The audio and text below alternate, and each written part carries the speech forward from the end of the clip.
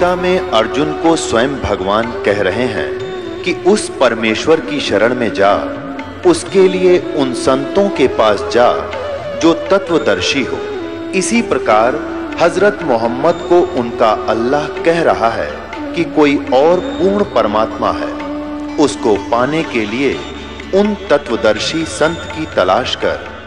वो प्रभु कौन है, ये जानने के लिए कृपया अवश्य सुनिए जगत गुरु तत्वदर्शी संत रामपाल जी महाराज के अमृत वचन। दर्शकों, अज्ञानतावश व्यक्ति विभिन्न प्रकार की साधना एवं मान्यताओं को मानने के लिए विवश हो जाता है, परंतु व्यक्ति के मन में विचार हमेशा चलता रहता है कि आखिर वह पूर्ण परमात्मा कौन है जिसने सारी सृष्टि रची है। दर्शकों, इसी तलाश में मोहन राव जी भी थे, जो इंदौर मध्य प्रदेश के रहने वाले हैं।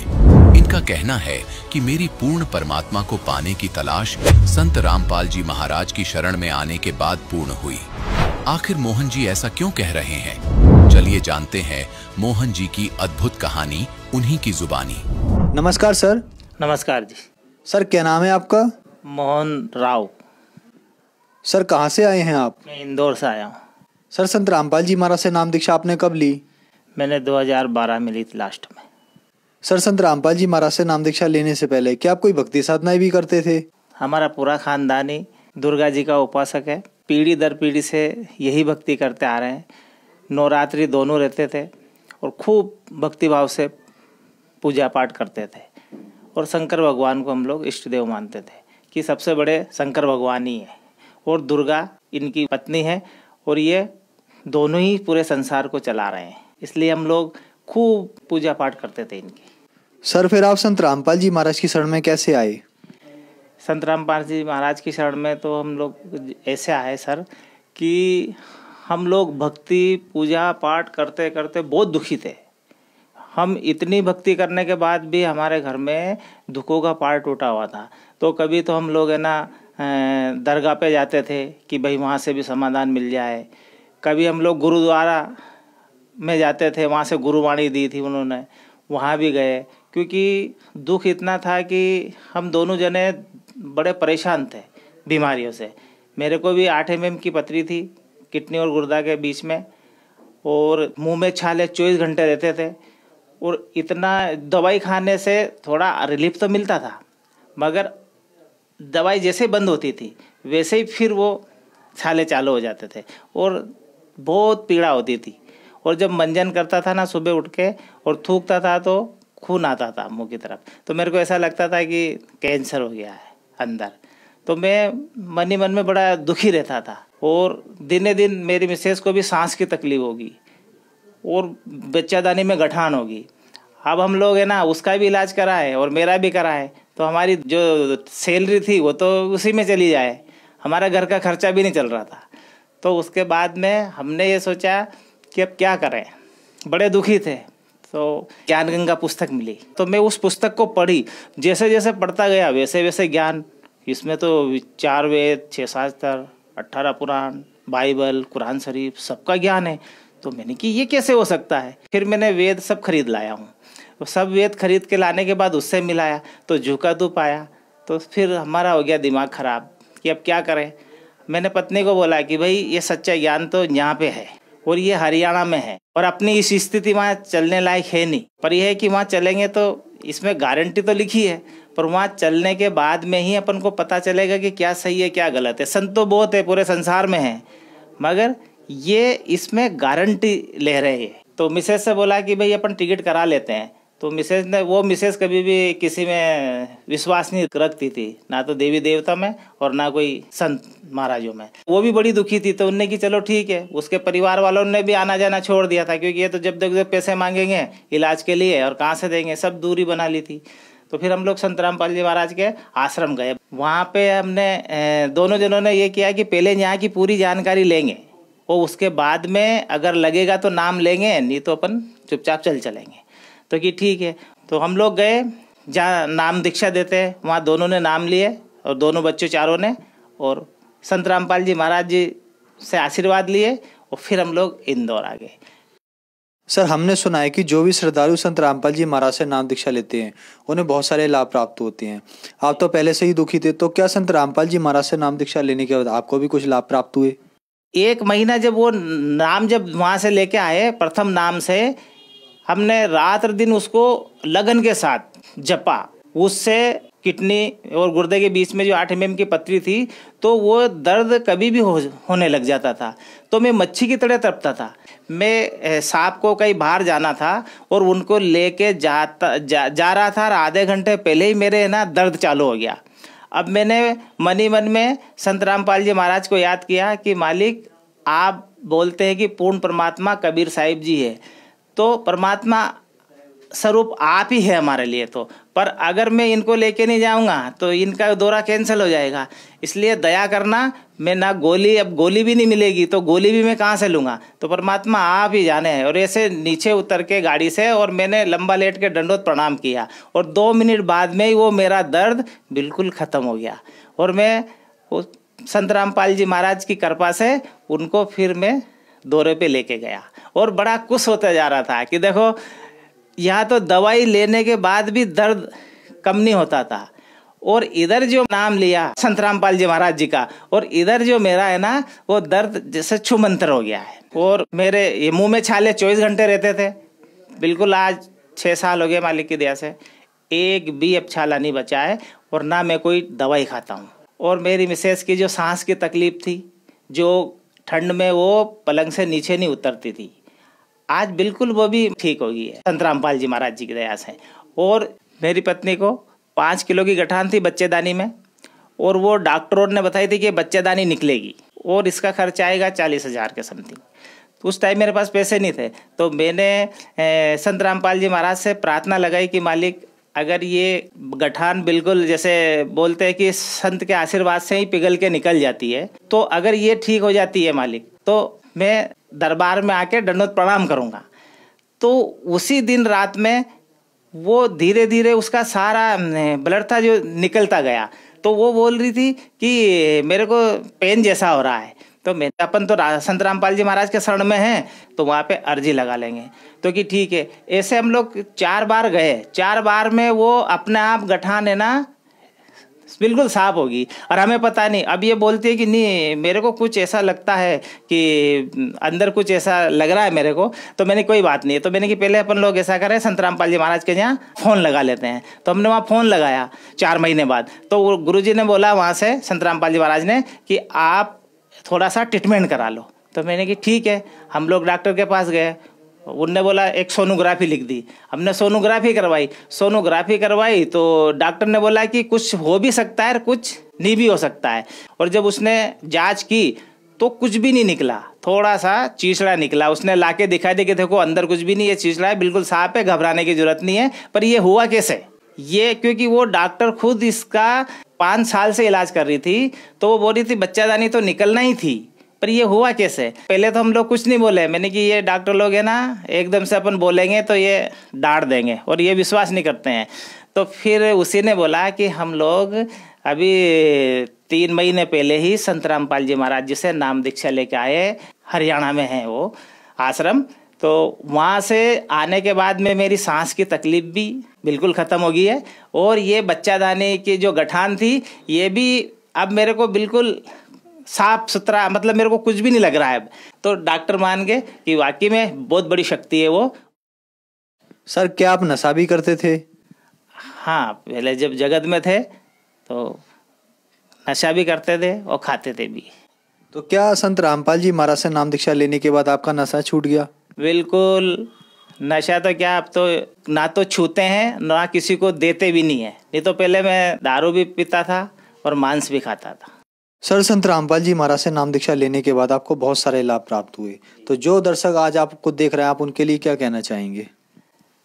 इनके लिए मेरे तो एक ही प्रार्थना है कि सभी संत रामपाल जी महाराज जी का ज्ञान समझे, पुस्तक पढ़े और संत रामपाल जी महाराज से आके अपना नाम दीक्षा लेके कल्याण कराए। सर, मीडिया में बताया गया कि संत रामपाल जी महाराज से नाम दीक्षा लेने के लिए पैसे लिए जाते हैं, आपसे कितने पैसे लिए गए सर? ये तो सब मनगढ़ंत बात है, और आज तक संत रामपाल जी महाराज ने ये दास को 6 साल हो गए हैं यहाँ से नाम दीक्षा लिए हुए। 1 भी रुपया ना उस टाइम लिया था और ना आज लेते हैं। ये तो मीडिया वालों ने तोड़ मरोड़ के और ये कहानी बनाई है। संत रामपाल जी जीवन दान देते हैं, वो किसी से ना पैसा लेते हैं।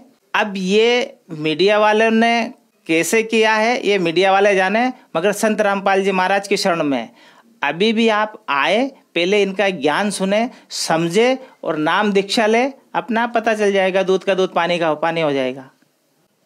सर, संत रामपाल जी महाराज से नाम दीक्षा कैसे ली जा सकती है? संत रामपाल जी महाराज जी से दीक्षा अभी तो बहुत सारे चैनलों पे सत्संग आ रहे हैं संत रामपाल जी महाराज जी की, तो उस पे नीचे एक पट्टी चलती है, उस पे सब नंबर है। वो नंबर से आप जिस क्षेत्र के भी है, जिस प्रांत के भी है, वहाँ से आपको हर जिले में सेंटर खुले हुए हैं, वहाँ जाके नाम दीक्षा आप ले सकते हैं। धन्यवाद सर।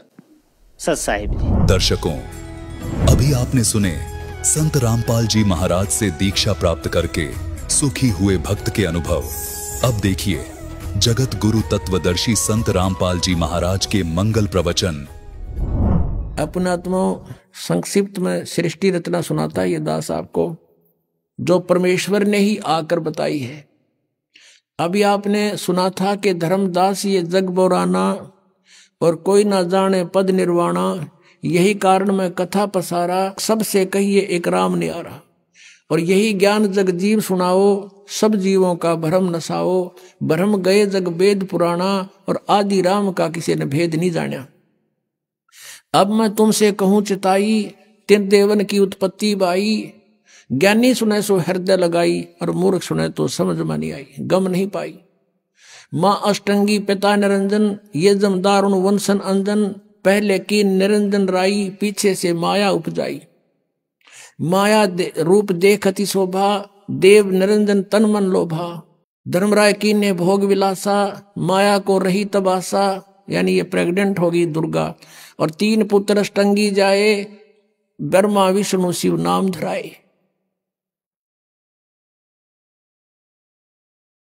और 3 देव विस्तार चलावे, इनमें यू जग धोखा खावे। इस काल के इस ढमढमे को, इस काल को श्राप लगा हुआ 1 लाख जीव खाने का। और उसके लिए इसने अपने 3 पुत्र पैदा किए दुर्गा से। इनको अचेत कर दिया, इनको खुद स्वयं नहीं मालूम हमारा पिता कौन है। और उसने इनको एक एक गुण युक्त कर दिया। ब्रह्मा को रजगुण से परिपूर्ण कर दिया, विष्णु जी को सतगुण से, और शंकर जी को तमोगुण से परिपूर्ण कर दिया। तीनों गुण कहो चाहे 3 देवता कहो। अब इनके प्रभाव से हम यहाँ उत्पत्ति, आपस में मोह और मार काट, एक दूसरे ने काट दें मार दें, जैसे हाहाकार मचा रखी है। हिंदू मुसलमान का झगड़ा, हिंदू हिंदू का झगड़ा, कित मुसलमान मुसलमान का दुश्मन, राजाओं की लड़ाई, कित फ्लड आ गया, कहीं पर एक्सीडेंट दुर्घटना में इसने कति बुच्चड़ खाना बना रखा है 21 ब्रह्मांड। और हम बाकी ने सोचा हम तो नहीं मरे, बाकी वो मर गया फलाना, अच्छा वो हो भाई बड़ी बुरी हुई। और अपना अपन कहना अपना नंबर नहीं, नंबर तो 100 दिन, पर हम आंख मीच रहे कबूतर की तरह, पर कब तक मीचेंगे। तो इस ज्ञान से फिर हमारी आंख भी खुलेंगी और हमें वो भगवान मिल जाएगा जो इससे आउट कर देगा। ये हमें नहीं मार सकता फिर किसी सूरत में भी। अगर यहां भी तुम जीना चाहते हो सुख से, तो इस मालिक की शरण में रहना पड़ेगा, ताकि वो कसाई खावे को ना अपने।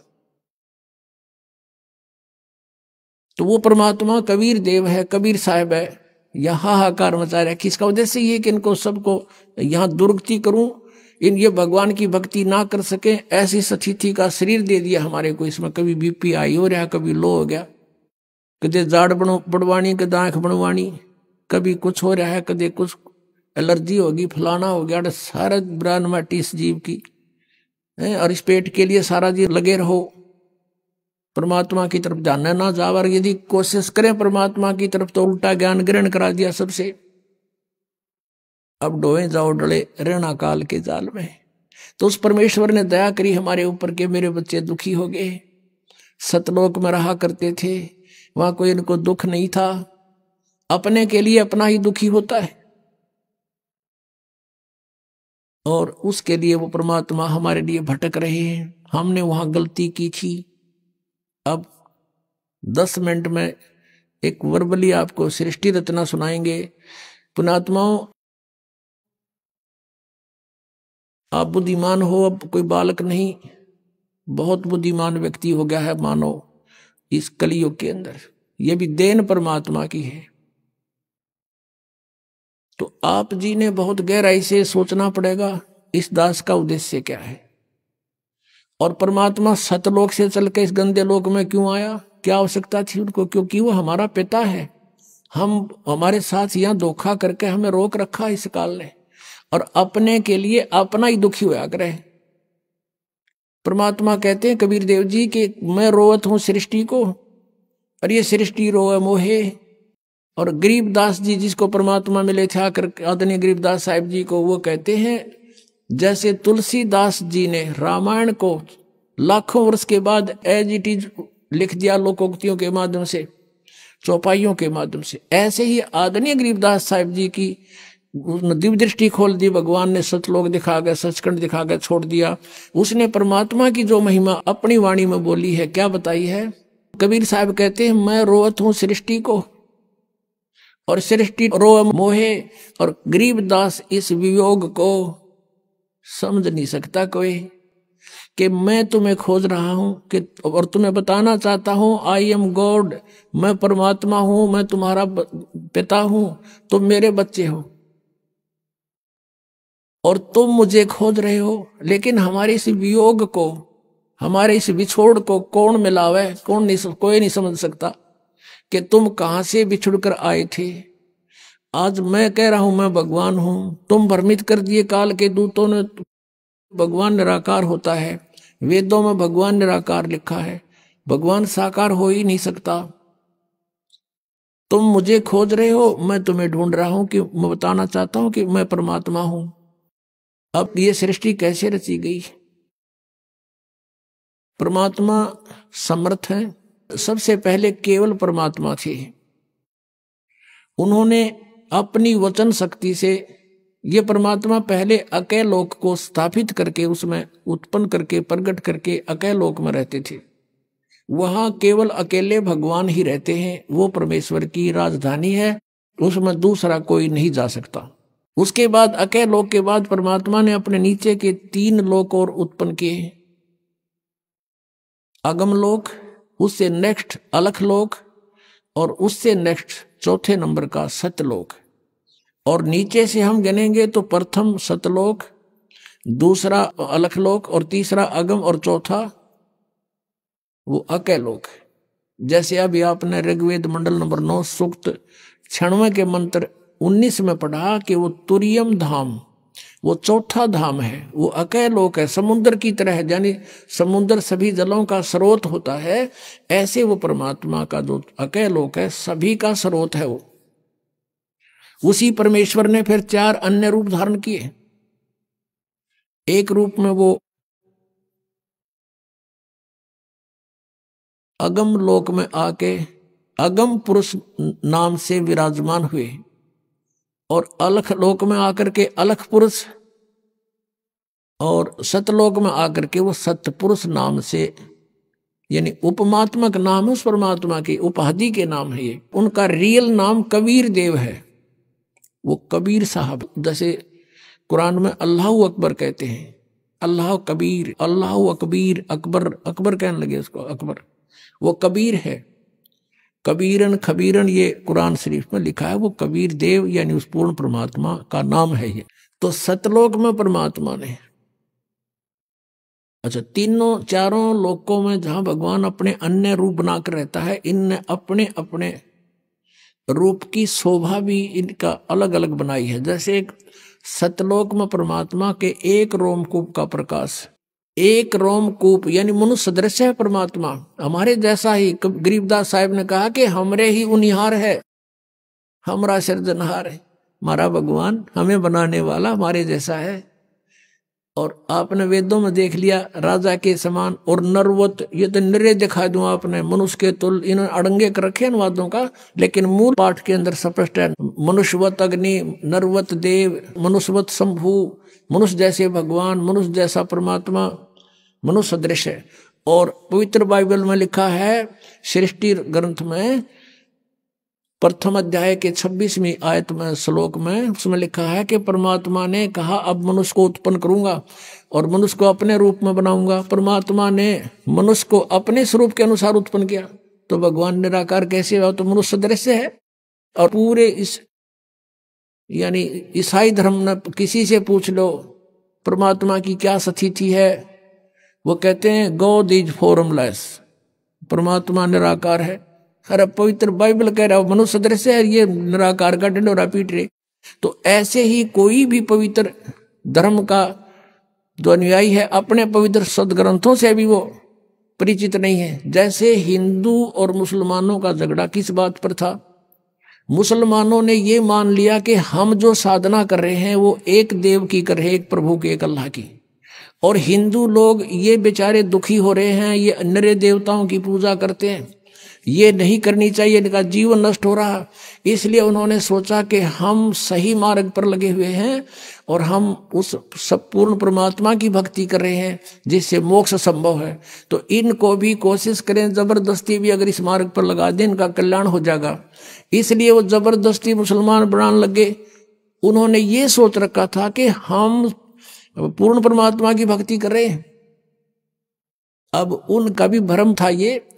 जैसे कुरान शरीफ सूरत फुरकानी 25 नंबर है उनकी, उसमें आयत नंबर 52 से लेकर 59 तक, 52 से लेकर 59 तक स्पष्ट किया है कि कुरान शरीफ का ज्ञानदाता, जैसे गीता का ज्ञानदाता ये ब्रह्म है और वही ब्रह्म कुरान शरीफ का ज्ञान दे रहा है।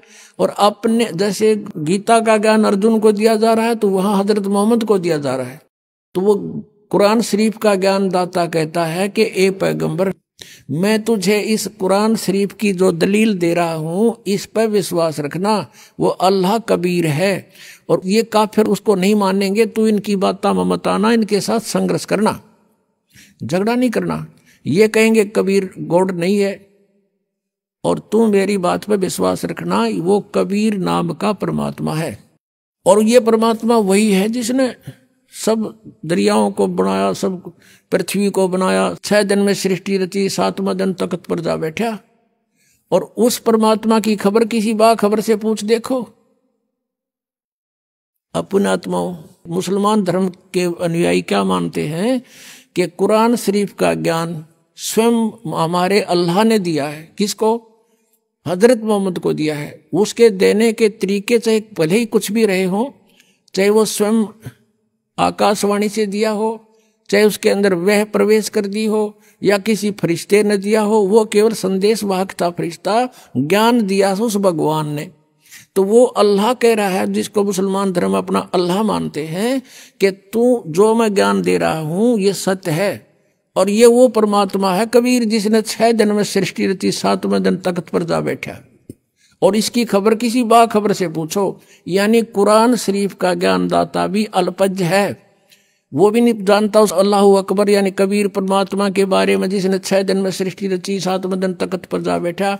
उसकी जानकारी तो तत्वदर्शी संत बताओगे, बाखबर, उनसे पूछो। तो इससे सिद्ध हो गया कि ये भी इनकम्प्लीट गॉड की साधना कर रहे थे, अधूरे परमात्मा की। तो और ये इसी आधार से कहा करते थे कि तुम काफिर हो, तुम भगवान को ना पूछकर सब देवताओं की पूजा करते हो। आज उनकी स्थिति भी वहीं पर खड़े हैं, ये काल की पूजा कर रहे थे। अब आपको थोड़ा कुरान शरीफ दिखाना पड़ेगा, क्योंकि ये ऐसा जटिल बना दिया इस काल ने। हम भिन्न भिन्न बना दिए, हिंदू अलग बना दिए, मुसलमान न्यारे, सिख अलग से, ईसाई अलग से, ताकि ये लड़ते रहें आपस में। सच्चाई सामने आएगी तो ये फिर झगड़ा करेंगे, ऐसा नहीं है, झूठ बोलता है, लेकिन ये वो गुंजाइश नहीं रहेगी। ये इंटरनेट और ये सब वेबसाइट और ये प्रोजेक्टर, ये मोबाइल, ये सब साधना पर, ये सब जो आज तकनीक दी है ये गॉड कबीर ने दी है। यहाँ का तो भगवान भी ना बना सकता है इन ऐसे कंप्यूटरों को। आज से लाखों वर्ष इतिहास देख लो पिछला। महाभारत का आप कथा सुनते हो, एक रेडू में 6 खेतर जोड़ के और घिस्से अंडा करते, क्या वो आदमी नहीं थे, वो नहीं बना सके थे इसको जब आवश्यकता नहीं थी? यानी एक बैलगाड़ी जिसको आज 2 बैल खींच सकते हैं, उस समय 6 टट्टू जोड़ा करते उसमें, ये खच्चर घोड़े, और उसको बड़ा वाहन मानते थे, क्योंकि वो कितना होगा जंगलों में और घसीट के ले जाना पड़ता था, सड़क भी ना बनाया करते ये। तो कहने का भाव ये है कि ये टेक्निक भगवान ने दी है, इसलिए दी है कि अब ये बच्चे मुझे पहचान लेंगे। आज कुछ ऐसे आधुनिक इंस्ट्रूमेंट बना दिए भगवान ने जिससे भगवान की लीला को समझने में आसानी हो रही है। एक छोटी सी चिप है इतनी की, और उसके अंदर कितना मैटर आ जाता गिनती नहीं होती। इसलिए परमात्मा को समझना बहुत आसान है। जैसे हम एक यहां पर बैठा हुआ व्यक्ति फैक्स कर देता है और कहीं निकाल लो उस मैटर ने एज इट इज, कोई तार नहीं बीच में, तो ऐसे ही परमात्मा ने हम सब कर्मों का हमारे अंतःकरण के अंदर हमारे शरीर में एक ऐसा इंस्ट्रूमेंट लगा रखा है जिसमें वो असंख्य जन्मों के आपके संस्कार डिपॉजिट है कोड वर्डों में, और एक कॉपी भगवान के पास है। और उसने परमात्मा ने कोई जरूरत को नहीं आपके पीछे पीछे घूमने की, इंस्ट्रूमेंट लगा दिए, जो करोगे उसमें लिखा पाओगा और वहां देख लेगा, काजा ऑन कर देगा आपकी, ये चल पड़ेगी सीडी। आपसे पूछने की आवश्यकता नहीं भगवान ने, या तो 6 गवाह चाहिए एक दोषी को करार करने के लिए, वह आवश्यकता नहीं है। कितना दयालु है भगवान आपके ऊपर, वो कितने रजा है आपके ऊपर वो परमात्मा कबीर देव की। आप अन्य संतों के सत्संगों में जाते थे, ये इधर जय गुरुदेव एक पंथ चल रहा है मथुरा में, वो भी राधा स्वामी की ब्रांच समझ लो, 5 नामों पर गाटा जोड़ रखे है। वहां से आए हुए भगत बताते हैं कि वहां कैख है तो ज्ञान नहीं था, और हम उनको परम संत मान के श्रद्धालु वहां बैठे रहते थे। और जहां हम वो सत्संग करते थे, अपने आप एक टेंट लगाए जाते थे, आप पे बनाओ और आप पे खाओ, कितना पढ़ो कितना सो, नहाओ धो ना कितना व्यवस्था है, कुछ नहीं उनकी तरफ से व्यवस्था होती थी।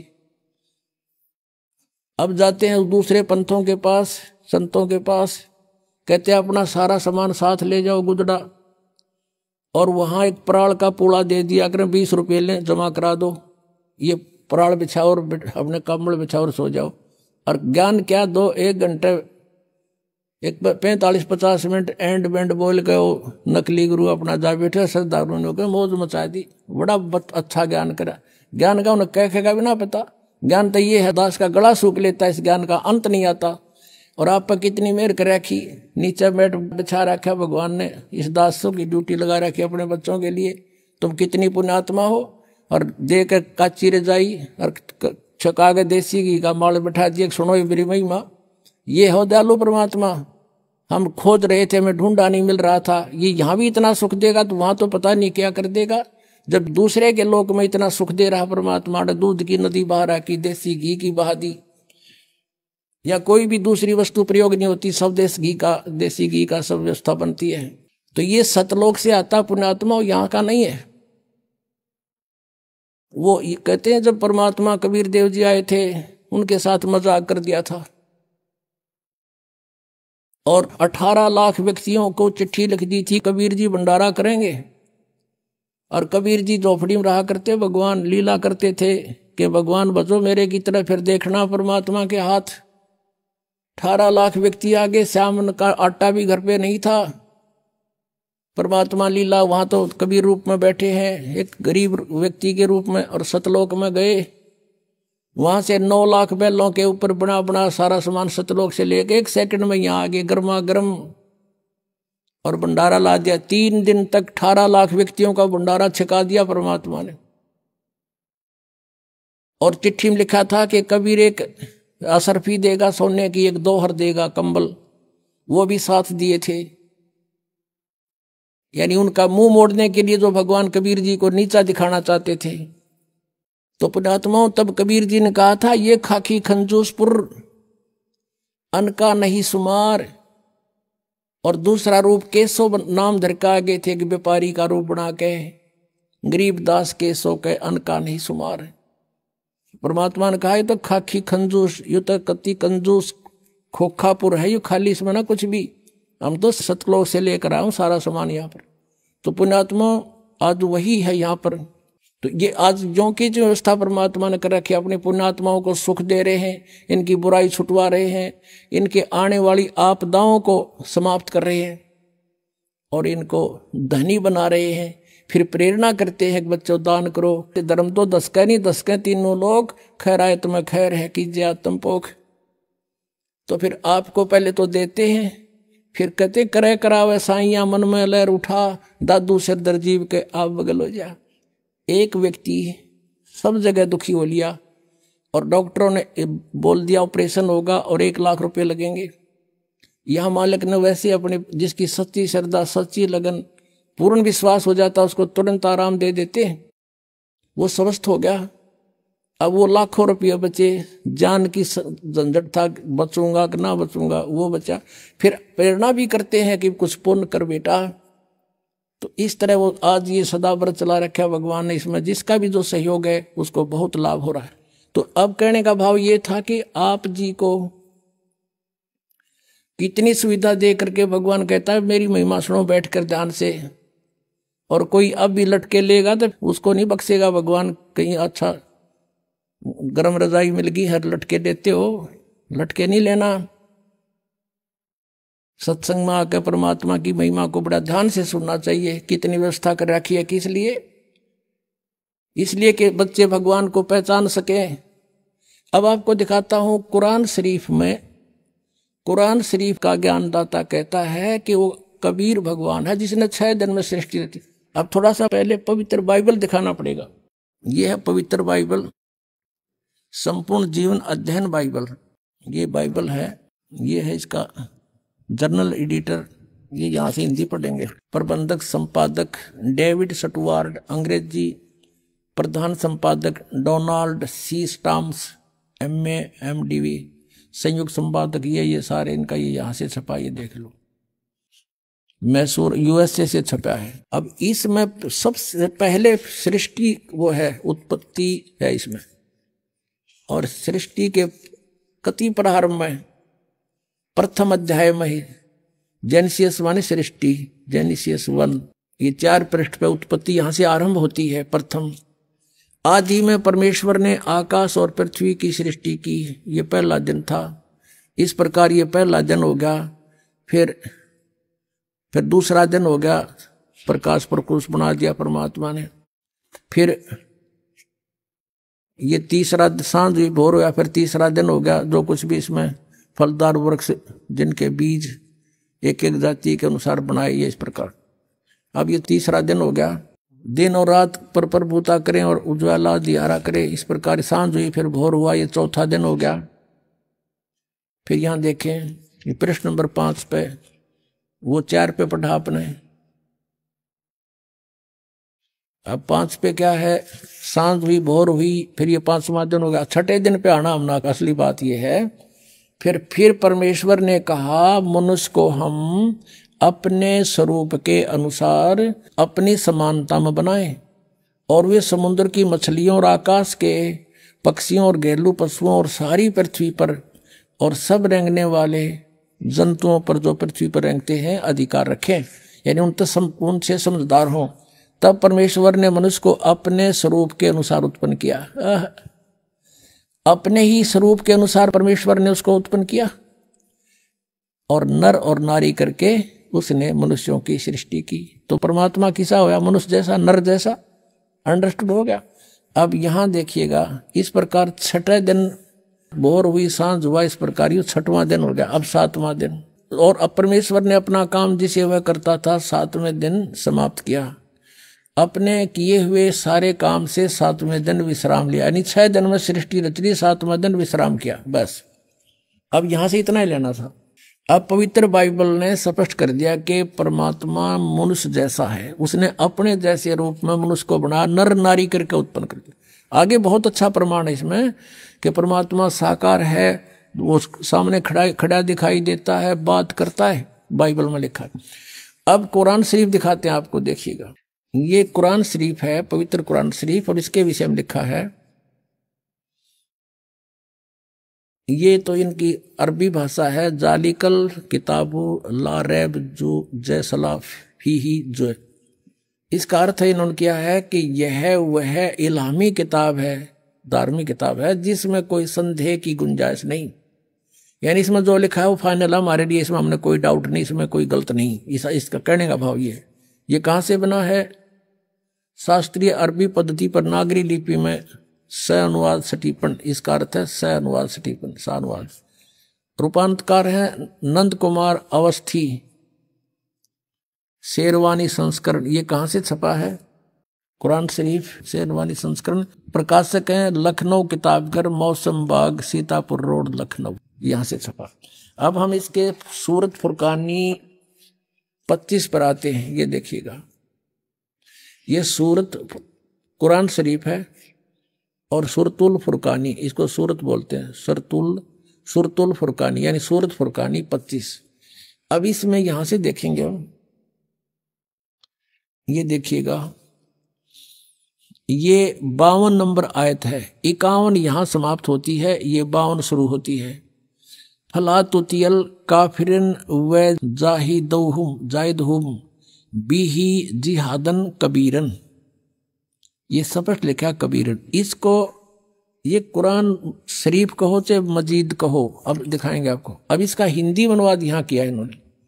ये 51 समाप्त हुई, 52 प्रारंभ हुई। इसका अनुवाद है ये जो हमने अरबी भाषा पढ़ी, लिखी है इसमें नागरी लिपि में। अब इस 52 का यहाँ अनुवाद किया है। तो ए पैगंबर हजरत मोहम्मद को कुरान शरीफ का ज्ञानदाता बोल रहा है, तुम काफिरों का कहा न मानना, जो परमात्मा की पूजा ना करते, न देवताओं की पूजा करते, उनको काफिर बोलते हैं, मानना। और इस कुरान शरीफ की दलीलों से जो मैं तुझे ज्ञान दे रहा हूं उनका सामना बड़े जोर से करो। इन्होंने कबीर का अर्थ बड़ा कर दिया और ये लिखना था कि वो अल्लाह फला तुतियल काफिरन व जाहिदुम बिही जिहादन कबीरन, कबीरन माने कबीर के लिए तू संघर्ष कर। वो तो काफिर जो है वो नहीं मानते कबीर इज गॉड, लेकिन मैं कह रहा हूं वो कबीर है सब कुछ। अब यहाँ कबीरन कहो, कबीर कहो, खबीर कहो, खबीरा कहो, ये इसी परमात्मा का एक भाषा में भिन्नता अंतर। अब यही नो की नो कुरान शरीफ है ना, कुरान मजीद नाम है इसी का, सिर्फ लिखने में अंतर किया है राइटर ने। अनुवाद करते समय वो कबीरन लिखो चाहे कबीरा लिखो, एक ही बात। देखिएगा ये कुरान मजीद है, वही की वही नो की नो, इसमें कोई अक्षर का भी अंतर नहीं है, लेकिन ये मजीद लिख दिया। अरबी मऊ अरबी मतन यानी प्रकाशक है ऑफिस बुक डिपो 422 मटिया महल जामा मस्जिद दिल्ली 6 से। ये कुरान मजीद मुर्तजमा है मौलाना फतेह मोहम्मद खान साहिब जालंधरी, तसही मौलाना अब्दुल मजीद सरवर साहिब, प्रकाशक हैं Farid book depot private limited नई दिल्ली। इतने। अब इसमें सूरत फुरकानी पर आते हैं हम, अक्षर का भी अंतर नहीं है इसके अंदर, उतना ही है। सूरत फुरकानी 25।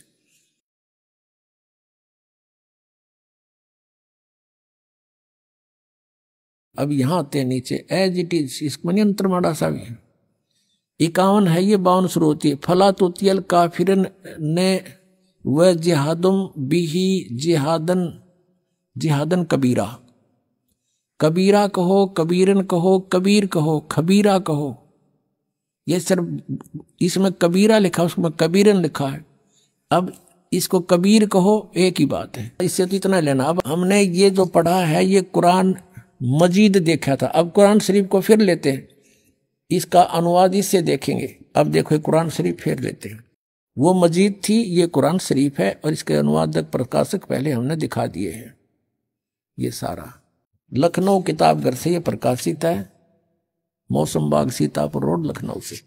अब हम इसके आते हैं 604 पृष्ठ पे, 604 पृष्ठ पे, और वही है इस कुरान शरीफ सूरत फुरकानी 25। नीचे आते हैं, ये 52 आयत है। फला तुतियल काफिरन जाहिदुम बिही जिहादन कबीरन, ये कबीर कहो, कबीरा कहो, कबीरन कहो, कंसेप्ट क्लियर हुआ। अब ये क्या कहता है यहाँ पर कि ए पैगंबर, कुरान शरीफ का ज्ञान देने वाला अपने पैगंबर को बोल रहा है तुम काफिरों का कहा न मानना। वो काफिर नहीं मानते भगवान को, वो तो अन्य देवताओं की पूजा करते हैं, और इस कुरान शरीफ की दलीलों से, कुरान की दलीलों से मैं जो तुझे हिदायत दे रहा हूं, इसके आधार से उनका सामना करना उस कबीर के लिए, जिहादन कबीरन, उस कबीर के लिए, कबीर अल्लाह के लिए संघर्ष करना, लड़ना नहीं। जिहाद का अर्थ लड़ना नहीं होता, संघर्ष करना, उनकी बातों में ना आना, सीधी सी बात। अब देखो, अब हमने 52 का अर्थ पढ़ दिया। अब 607 पर सूरत फुरकानी 25। और ये कबीर नामक अल्लाह वही है जिसने 2 दरियाओं को मिला चलाया, एक का मीठा प्यास बुझाने वाला और एक का खारी कड़वा, और दोनों में एक आड़ और मजबूत रोक बना दी। और वही है जिसने पानी की बूंद से आदमी को पैदा किया, फिर उसको साहिबे नसीब नसब यानी किसी का बेटा या बेटी, और ससुराल वाला यानी किसी का दामाद बहू बनाया। और तुम्हारा परवरदिगार हर चीज के करने में शक्तिमान है। और काफिर अल्लाह के सिवा ऐसों को पूजते हैं, देवताओं को, जो न उनको नफा पहुंचा सकते हैं और न उनको कोई नुकसान पहुंचा सकते हैं। और काफिर तो अपने परवरदिगार से यानी कबीर से, कबीर अल्लाह से मुंह मोड़े बैठे, पीठ दिए हुए हैं, मुंह मोड़े हैं। अब 56 या 55 समाप्ति। और 56 में कहा कि ए पैगंबर, हमने तुमको खुशखबरी सुनाने और सिर्फ अजाब से डराने के लिए भेजा। 57 में कहा है कि इन लोगों से कहो कि मैं तुमसे इस अल्लाह के हुक्म का पर कुछ मजदूरी नहीं मांगता, हाँ जो चाहे अपने परवरदिगार तक पहुंचने की राह इख्तियार कर ले। अब 58 में कमाल कर दिया, ए पैगंबर उस जिंदा पर भरोसा रखो, चैतन्य नहीं। कबीर परमात्मा जैसे अच्छी आत्माओं को मिलते हैं, वेदों में आपने पढ़ा, ऐसे आदरणीय धर्मदास जी को, आदरणीय गरीबदास साहिब जी को, आदरणीय नानक साहिब जी को, ऐसे ही आदरणीय मोहम्मद साहिब जी को मिले थे इस जिंदा महात्मा के रूप में। लेकिन इन्होंने इनकी बात को स्वीकार नहीं किया था। और वो कुरान शरीफ ज्ञानदाता कहता उस जिंदा पर भरोसा रखो जो कभी मरने वाला नहीं है, वो अविनाशी है, वह जिंदा महात्मा रूप में तुझे मिला था। और तारीफ के साथ उसकी पाकी बयान करते रहो। यानी गीता ज्ञानदाता किसी और अल्लाह की पाकी बयान करने को कह रहा है, और अपने बंदों के गुनाहों से वो काफी खबरदार है। ये कबीर है। यहाँ पर ये 58 नंबर आयत है, यहाँ देखो 58, ये 58 है, यहाँ पढ़ेंगे। ये खबीरा लिखा है, इबादही खबीरा। अब इबादही माने पूजा के योग्य वो कबीर है। इबादत माने पूजा, इबादही यानी पूजा के योग्य वो कबीर है। कबीर 58। यहां फिर हम आएंगे इसके। ये 58 हम पढ़ रहे हैं कि वो अपने भक्तों के, वो जिंदा रूप में तुझे मिला था, उस पर भरोसा रख, वो अविनाशी परमात्मा है। और तारीफ के साथ उसकी पाकी बयान करते रहो। अपने बंदों के गुनाहों से वह कबीर खूब खबरदार है, यानी पाप नाश कर देता है। वो कबीर खबरदार है। कबीर लिखना था, कबीर अल्लाह अकबर, जानता है सब कुछ। अब 59 में तो कमाल कर दिया। और जिसने आसमानों और जमीन और जो कुछ भी उनके बीच में है सबको 6 दिन में पैदा किया और फिर तख्त पर जा बिराजा, वो अल्लाह बड़ा। अब इन्होंने यहां भी कबीर का अर्थ बड़ा कर दिया। वो अल्लाह कबीर है, ये लिखना था, वो अल्लाह कबीर है। ये 59 में, यहां देखो, ये फिर 59 आ गई। इसमें फिर खबीरन लिखा है, अरहमानू फसल भी ही खबीरन, कबीरन कहो, कबीर कहो, खबीर कहो। तो इन्होंने इसका अर्थ भी बड़ा कर दिया। अब फिर पढ़ेंगे इस 58 नंबर को, जिसने आसमानों और जमीन और जो कुछ उनके बीच में है सबको 6 दिन में पैदा किया। जो पवित्र बाइबल जो ज्ञान देता है 60% ज्ञान वही कुरान शरीफ में है। 6 दिन में पैदा किया, फिर तख्त पर जा बिराजा। वह अल्लाह बड़ा, वो अल्लाह कबीर, वो अल्लाह अकबर, वो अल्लाह कबीर है, वो भगवान कबीर बड़ा दयालु है, रहमान है। और उसकी खबर, उसकी जानकारी किसी बाखबर इल्म वाले यानी तत्वदर्शी संत से पूछ देखो। इससे सिद्ध हो गया कि कुरान शरीफ का ज्ञानदाता भी उस अल्लाह यानी बड़े भगवान, जिसको ये बड़ा कहते वो मान ले, उसके बारे में अल्पज्य है उसकी जानकारी नहीं रखता, उसके लिए स्पष्ट किया है कि वो साकार परमात्मा है, उसका नाम कबीर है। 6 दिन में सृष्टि रची और 7वें दिन तख्त पर जा बैठा तो वो विराजमान हुआ है। तो एक देशीय है और साकार है, मनुष्य सदृश है, वो पवित्र बाइबल ने सिद्ध कर दिया। अब आज उन मुसलमान भाइयों का दावा भी गलत सिद्ध हुआ जो हिंदुओं को यूं कहते थे ये देवताओं को पूजे, इनका मोक्ष नहीं हो सकता, तो वो भी अब काल के ही जाल में है, उनको भी सोचना पड़ेगा। हम एक पिता की संतान हैं। अभी आपने सुने संत रामपाल जी महाराज के मंगल प्रवचन। आइए अब सुनते हैं संत रामपाल जी महाराज से नाम दीक्षा लेकर सतभक्ति करके अद्भुत लाभ प्राप्त करने वाले अनुयायी के विचार। दर्शकों, हर व्यक्ति एक ऐसा जीवन जीना चाहता है जिसमें सांसारिक सुख के साथ साथ आर्थिक और मानसिक शांति भी हो, लेकिन इस सुख की खोज में अक्सर मनुष्य ऐसे रास्तों पर चले जाते हैं जो उन्हें अंधेरे की ओर ले जाता है। बदायूं उत्तर प्रदेश के निवासी रघुवीर सिंह जी की कहानी भी कुछ ऐसी ही है। रघुवीर जी हिंदू धर्म में प्रचलित सभी पूजा पाठ किया करते थे। इनकी जिंदगी तब बदली जब इन्हें संत रामपाल जी महाराज की शरण मिली। दर्शकों, आइए जानते हैं कि आखिर रघुवीर जी ने सभी भक्ति साधनाएं त्याग कर संत रामपाल जी महाराज की शरण क्यों ग्रहण की। सुनते हैं रघुवीर जी की कहानी उन्हीं की जुबानी। नमस्कार सर। सत साहिब सर। सर क्या नाम है आपका? मेरा नाम है रघुवीर सिंह भारती।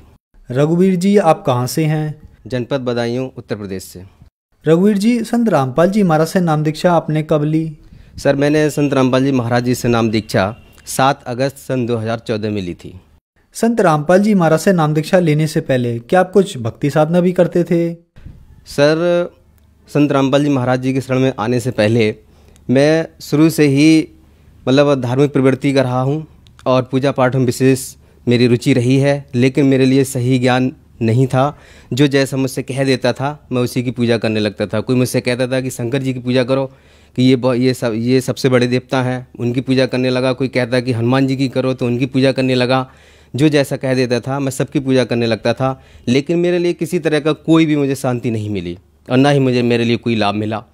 और जितनी मैंने पूजा पाठ करी उतनी ही मेरे लिए अशांति रही। मेरे घर में हर समय कलेश रहता था और मेरी आर्थिक स्थिति बहुत ज़्यादा ही गिरती जा रही थी। तो इसलिए अब मेरी स्थिति इतनी ख़राब हो गई थी कि मैं ये सोच रहा था कि क्या करूं, मैं किसकी पूजा पाठ करूं कि जिससे कि मेरी मतलब काम मेरा सही चलने लगे या अच्छा होने लगे। तो जिससे मैं कहीं कहीं कुछ बाबाओं के पास भी गया, जो साधु महात्मा आते थे उनको अपना हाथ भी दिखाता था और उनसे मैं पूछता भी था कि साहब मेरा काम नहीं चल रहा है और मैं बहुत ही ज़्यादा परेशान हूँ। तो वो कभी कहते थे कि आप दुर्गा माँ की पूजा करो, तो मैं दुर्गा माँ की पूजा करने लगता था। तो कभी कहते हनुमान जी की पूजा करने लगता था। एक बार क्या हुआ, मैं काम की तलाश में गया था हिमाचल प्रदेश में। वहाँ पर मैं काम कर रहा था तो मैं मंगल का व्रत रखता था। एक दिन मेरा मंगल का व्रत था, तो जहाँ पे मैं रहता था वहीं पर एक निरंकारी पंथ से जुड़े हुए थे। तो वो शाम के टाइम में वो खाना खा रहे थे, तो उन्होंने मुझसे कहा कि खाना खा लो। तो मैंने कहा नहीं, मैं आज खाना नहीं खा सकता। वो बोले क्यों, ऐसा क्या है, आज खाना क्यों नहीं खा सकते? मैं बोला कि आज मेरा मंगलवार का व्रत है। बोले व्रत? बोले ये क्या होता है? मैंने कहा व्रत क्या होता है? मैंने कहा हनुमान जी की मैं पूजा करता हूँ तो मैं व्रत कर रहा हूँ।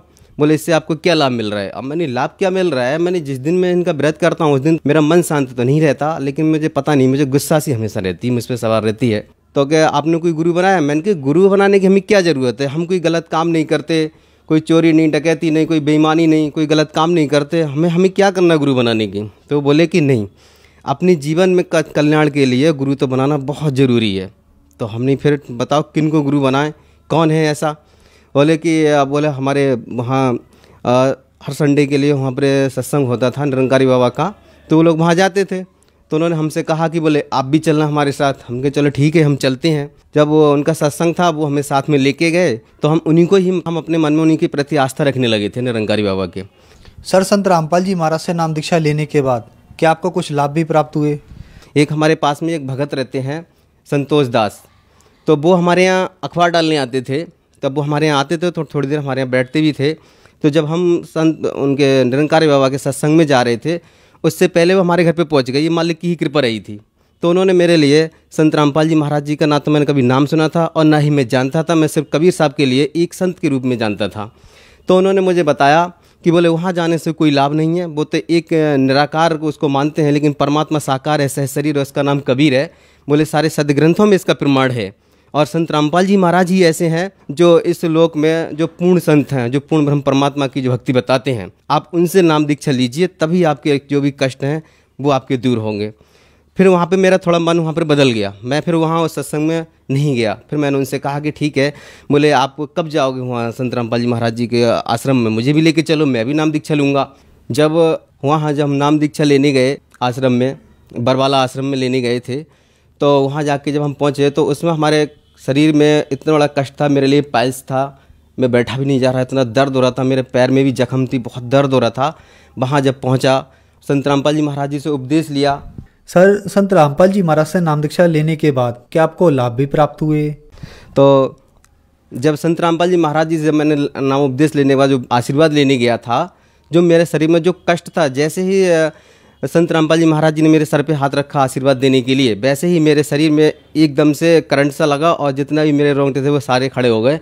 और जो दर्द हो रहा था और मेरे पैर में दर्द था वो तो बिल्कुल ही मतलब कतई गायब हो गया, बिल्कुल ही दर्द नहीं रहा मेरे शरीर में। तो संत रामपाल जी महाराज जी के शरण में आने से पहले एक मेरे लिए बहुत बड़ा रोग था, पाइल्स जिसे बोलते हैं। तो उससे मैं बहुत ज़्यादा ही परेशान था और मैंने उसके लिए आयुर्वेदिक भी और मैंने देसी इलाज भी कराया, डॉक्टरों से कई जगह मैंने इलाज करवाया, लेकिन उसका मेरे लिए कोई लाभ नहीं मिला। और जब मैं संत रामपाल जी महाराज जी से जैसे ही मैंने जिस दिन उपदेश लिया और मुझे आशीर्वाद मिला, उसी दिन से ही मेरे लिए बिल्कुल ही वो रोग समाप्त हो गया। और मेरे शरीर में एक रोग और था, एलर्जी। उसको तो जैसे मतलब मैंने 20,000 रुपये मैंने उसमें लगा दिया। एलर्जी का रोग मैंने हर डॉक्टर को जो जहाँ जैसा बताता था, मेरे शरीर में खुजली हमेशा मचती रहती थी, बहुत परेशान था मैं। वो भी संत रामपाल जी महाराज जी से जैसे मैंने उपदेश लिया, वो भी आज रोग से मैं बिल्कुल ही ठीक हूँ मैं। और संत रामपाल जी महाराज जी के शरण में आने से मेरे लिए आर्थिक स्थिति, जो मेरा कर्जा था वो सारा निकल गया और आज मेरी स्थिति बिल्कुल ही सही है, सब कुछ ठीक है।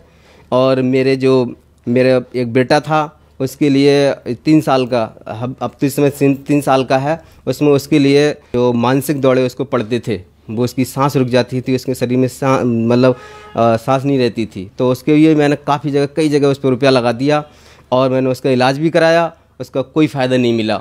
और जिस दिन एक दिन मेरे सामने ही मेरी ससुराल में उसके लिए दौड़ा पड़ा, तो मैंने कहा कि मैं संत रामपाल जी महाराज जी से प्रार्थना लगाऊंगा। तो हमारी जो पत्नी जो थी वो इस बात पे चढ़ गई, क्योंकि वो उपदेशी थी नहीं, वो विरोध करती थी। मैंने कहा कोई बात नहीं है, मैं उसी से वहाँ से चला आया और आने के बाद तुरंत मैंने संत रामपाल जी महाराज जी से मैंने प्रार्थना लगाई। और प्रार्थना लगाने के बाद सिर्फ डॉक्टर के पास फिर एक ही बार लेके गए, संत रामपाल जी महाराज जी की कृपा से। उस दिन से उसके लिए उस डॉक्टर के पास लेके नहीं गए हैं, उसी दिन से बिल्कुल ही सही है। एक बार ऐसा हुआ कि मेरी बेटी थी करीब 6 साल की, तो वो अपनी नानी के घर पे थी और वो रोड जब पार कर रही थी, बच्ची थी, खेल रही थी, उसका एक्सीडेंट हो गया। जब उसका एक्सीडेंट हुआ, जैसे ही मैं घर पे रेमेडी कर रहा था, मैं दोपहर की रेमेडी करने के बाद जैसे ही रेमेडी समाप्त हुई, तैसे ही मेरा फ़ोन आया कि बेटे का एक्सीडेंट हो गया। मैंने कहा हे मालिक, ये क्या हुआ, परमात्मा आप ही जानो, आप ही की वो आत्मा है प्रभु। हम वहाँ पहुँचे, इस पर कृपा करो मालिक, ना तो बदनामी प्रभु आपकी ही होगी, प्रभु आप ही जानो। जब उसका पूरा शरीर का जब चेकअप कराया, तो संत रामपाल जी महाराज जी की कृपा से उसके अंदरूनी कोई भी खरोंच नहीं थी, जरा से ऊपर चोट आई थी। एक दिन एक लाभ ये हुआ, हमारी जो पत्नी जो थी वो जुड़ी तो थी नहीं, और जो छत के ऊपर जो जीना था, जीने के ऊपर 2 टैंक रखे हुए थे, टैंक पे जो ढक्कन के ऊपर जो सीमेंट वाली ईंटें रखी थी, अब वो नीचे पानी भर रही थी, बंदर उस पर चढ़ा, अब ऊपर से ईंटें जो गिरी वो बिल्कुल हमारी जो पत्नी जो थी उनके सर पर आकर के गिर रही थी। ये भी संत रामपाल जी महाराज जी की कृपा से वो बची थी। अभी कुछ दिन पहले मेरे लिए एक हार्ट अटैक हुआ था अभी, तो मेरे लिए ऐसा लग रहा था कि अब शायद मेरी अब ज़िंदगी अब है ही नहीं यहाँ से, अब मेरे तो प्राण निकल ही जाएंगे, मुझे तो ऐसा लग रहा था। मैंने संत रामपाल जी महाराज जी को मैंने प्रणाम किया, मैंने प्रसाद लिया और मैंने फिर अमृत जल लेके मैंने परमात्मा के लिए मैंने अपने दृढ़ संकल्प किया और मैंने प्रार्थना लगाई कि प्रभु आप ही जानो परमात्मा, अब जैसा भी है आप कृपा करो प्रभु, मैं तो बहुत ज़्यादा ही परेशान हूँ। तो परमात्मा ने मेरे ऊपर ऐसी कृपा करी, बंदी छोड़ सतगुरु रामपाल जी महाराज जी ने, कि उस दिन मैं पूरी रात आराम से सोता रहा और सवेरे के लिए मैंने सोचा कि मैं जाके मैं कहीं जांच करा लूँ। मैं डॉक्टर के यहाँ गया तो डॉक्टर ने मेरी ईसीजी करी और ईसीजी बिल्कुल ही नॉर्मल आई और मेरे हार्ट का मतलब एक्सरा भी किया, एक्सरा बिल्कुल ही मतलब सही आया। तो मैंने डॉक्टर से पूछा, मैंने डॉक्टर साहब बताइए क्या है, मुझे बताओ क्या दिक्कत है। तो डॉक्टर साहब बोले देख तुझे कोई बीमारी तो है ही नहीं और ना ही तुझे कोई रोग है और ना ही तुझे कोई दिक्कत है, मैं तुझे दवाई दी तो दूँ किस बात की। तो मैंने कहा फिर मेरे ये दर्द क्यों हो रहा? बोले मैं दर्द की दवा दिए दे रहा हूँ। तो ये संत रामपाल जी महाराज जी की ही कृपा थी उस दिन जो मेरी ज़िंदगी बचा दी।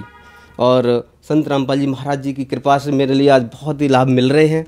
मेरी आर्थिक स्थिति भी सही है। सर क्या काम करते हैं आप? मैं पहले तो प्राइवेट टीचर था, मैं स्कूल में पढ़ाता था। संत रामपाल जी महाराज जी से नाम उपदेश लेने के बाद में एक कंपनी थी जो अपने घरों में लगते हैं आरओ, उस कंपनी में मैंने वैकेंसी निकली, उसमें मैंने अप्लाई किया। तो संत रामपाल जी महाराज जी की कृपा से मेरा उसमें सिलेक्शन हो गया। और सिलेक्शन होने के बाद आज मालिक ने मेरे आज वो ठाट कर रखे हैं कि मेरे लिए आज किसी के सामने हाथ फैलाने की ज़रूरत नहीं होती। पहले मेरी ये कंडीशन थी कि मेरे लिए चीज़ भी उधार नहीं मिलती थी, क्योंकि वो सोचते थे कि यदि इनको उधार दे देंगे तो ये पैसे नहीं दे पाएंगे। तो मेरे लिए पैसे ना तो उधार मिलते थे ना कोई चीज़ उधार मिलती थी। लेकिन आज बंदी छोड़ सतगुरु रामपाल जी महाराज जी की कृपा से मेरे लिए किसी के सामने हाथ फैलाने की ज़रूरत नहीं पड़ती। और आज परमात्मा की कृपा से सब कुछ मेरा सब कुछ सही सलामत सब ठीक चल रहा है। और मेरे घर वाले भी विरोध नहीं कर रहे हैं। पहले घर में हमारी जो पत्नी थी वो भी हर समय लड़ती रहती थी, आगे तुम कुछ करते नहीं, खर्चा कहाँ से होगा, क्या कर रहे हैं क्या नहीं कर रहे, वो भी हमेशा लड़ती रहती थी। अब वो भी नहीं लड़ती हैं और उन पर भी मालिक ने दया कर रखी थी, उन्होंने भी उपदेश ले रखा है। रघुवीर जी, आप एक पढ़े लिखे व्यक्ति हैं और संत रामपाल जी महाराज के बारे में कहा जाता है कि संत रामपाल जी महाराज देवी देवताओं की भक्ति छुड़वाते हैं। क्या ये बात सही है? संत रामपाल जी महाराज से नाम दीक्षा लेनी होगी तो देवी देवताओं की भक्ति छोड़नी होगी? ये लोग जो कहते हैं कि संत रामपाल जी महाराज देवी देवताओं की भक्ति छुड़वाते हैं, या तो वो उनको ज्ञान नहीं है इस चीज़ का, और ज्ञान होने के बावजूद अगर वो कहते हैं तो इस बात को वो गलत कहते हैं। संत रामपाल जी महाराज तो किसी भी देवी देवता की भक्ति कभी नहीं छुड़वाते। वो तो सिर्फ हर देवी देवता की हमारे लिए शास्त्र अनुकूल साधना बताते हैं कि सारे देवी देवताओं की पूजा पाठ कैसी क्या है, उनकी साधना क्या है, उसे शास्त्रों के अनुकूल ही बताते हैं। आज हमारा समाज सारा पढ़ा हुआ, सभी समाज पढ़े लिखे हैं। अगर जो ये कहते हैं कि संत रामपाल जी महाराज के देवी देवताओं की भक्ति छुड़वाते हैं तो वो अपने शास्त्रों के लिए खोल के देख सकते हैं। हमारे 4 वेद 6 7 18 पुराण, गीता, कुरान, बाइबल, गुरु ग्रंथ साहब, इन सभी को खोल के देख सकते हैं। पहले उनका ज्ञान देखिए तो सही, क्या उनका ज्ञान सदग्रंथों से मिलता है या नहीं मिलता है। कि सच्चा संत जो होता है ना, सच्चे संत की वही पहचान होती है जो प्रमाण सहित ज्ञान देता है। हमारे संत रामपाल जी महाराज जी का ज्ञान जो है प्रमाणित है। और जितने भी धर्मगुरु हैं किसी का भी ज्ञान सदग्रंथों से नहीं मिलता, वो सिर्फ लोग वेद सुनाते रहते हैं। हमारे संत रामपाल जी महाराज जी का एक एक शब्द हमारे सदग्रंथों से प्रमाणित है। हमारे संत रामपाल जी महाराज किसी भी देवी देवता की भक्ति नहीं छुड़वाते, बल्कि उनके लिए शास्त्र अनुकूल साधना बताते हैं। रघुवीर जी, जो श्रद्धालु आज आपको देख रहे हैं, आप उन्हें क्या कहना चाहेंगे? संत रामपाल जी महाराज, ये पूरे 21 ब्रह्मांड में एक ही संत ऐसा है जो हमारे लिए शास्त्र अनुकूल साधना बताता है। और यही एक ऐसी साधना है, इस साधना करने से ही हमारा जो जन्म और मरण का जो रोग है वो इसी से ही कटेगा। बाकी किसी भी साधना से, किसी भी भक्ति से नहीं कटेगा। सिर्फ सद्भक्ति ही ऐसी है जिससे हमारा जन्म और मरण का रोग कटेगा। मैं सभी से मेरी हाथ जोड़ के प्रार्थना है कि सभी संत रामपाल जी महाराज जी का ज्ञान समझो और उनसे नाम दीक्षा लो। नाम दीक्षा लेके सद्भक्ति करके और अपने यहाँ से जन्म मरण का रोग से छुटकारा पाके सतलोक चलो, जहाँ हम सतलोक में पहले रहते थे। सर, संत रामपाल जी महाराज से नाम दीक्षा कैसे ले सकते हैं? चैनल पर संत रामपाल जी महाराज जी का सत्संग आता है, उस पर नीचे एक पीले रंग की पट्टी चलती है। उस पर जितने जो नामदान सेंटर जो खुले हुए हैं उन पे फ़ोन करके अपने पास के जो नामदान सेंटर हैं उनकी जानकारी ले सकते हैं। वहाँ जाकर के संत रामपाल जी महाराज जी से नाम दीक्षा ले सकते हैं। सर, धन्यवाद आपका। सत साहिब।